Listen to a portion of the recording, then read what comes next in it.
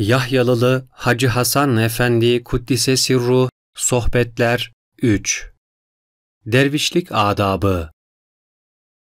Kıylu kal kalpten çıkmayan derviş m'olur, bal diyen dil ile baldan tatmayan derviş m'olur.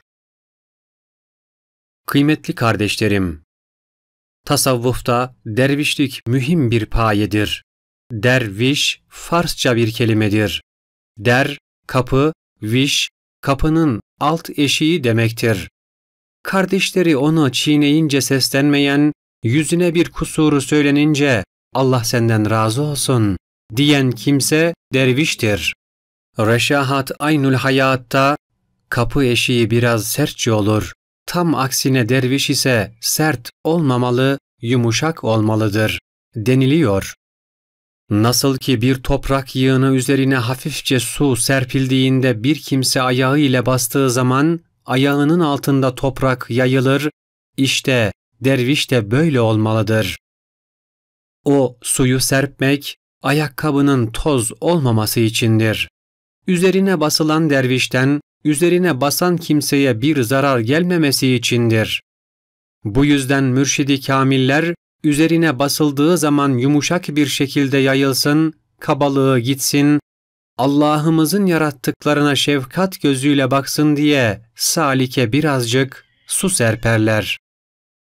Böylece kalıbını ve kalbini yumuşatırlar. Dervişlik için bu da kifayet etmez. Çünkü o kimse başındaki cemaati idare etmek, onların yanında şöhretini artırmak ve onlardan bir takım faydalar elde etmek için bu şekilde davranabilir. Bu ise riyakarlıktır. Mesela ona hakaret ederler, o ise gülümseyip geçer.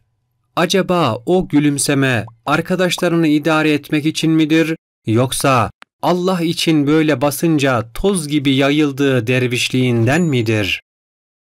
Şimdi soracaksınız, peki hangisi derviş olur efendim? Boynuna sille vuranla ağzına helva veren onun katında bir olursa derviş olur mu? Hayır efendim, o da derviş olamaz. Birisinin boynuna vurmuşlar, şöyle dönüp bir bakmış. Niye bakıyorsun? Vurduranın kim olduğunu biliyorum da ne ile vurdu ona bakıyorum. Vurduran Mevla. Kalbime bir havatır geldi. Mevla boynuma vurdurdu. Şimdi ne ile vuruldu? El ile mi vuruldu yoksa başka bir şeyle mi? Baktım bir şey yok demiş ve dönüp yoluna devam etmiş. Bu kimse de derviş olamaz. Niçin derviş olamaz? Çünkü burada da başkalarını idare etme hali var. Yani vursalar da güya kendini olgunluğa vererek eline sağlık kardeşim, benden bir havatır geçmişti, İyi ettin vurduğuna diyerek cemaatini kendine imrendirmek için böyle yapmış olabilir. Mahza dervişlik değil bu. Hülasa dervişlik ince bir meslektir. Amellerde kılı 40 yarmaktır. Bir an dahi olsun Allah hatırından çıkmayan ve huzuru daimde olan kimse derviştir. Dervişin yanında tasavvufta bir de mürit var. Mürit ise 20 sene amel defterine günah düşmeyen kimsedir. Sami Efendimizin Kuddise Sirruh mübarek lisanından mürit, derviş gibi kelimeler asla çıkmazdı. Genellikle kendileri bu yolda olanlara salik derlerdi. Salik, tarikat-ı âliyeye sülûk etmiş, manevi yolculuğuna devam eden kimsedir.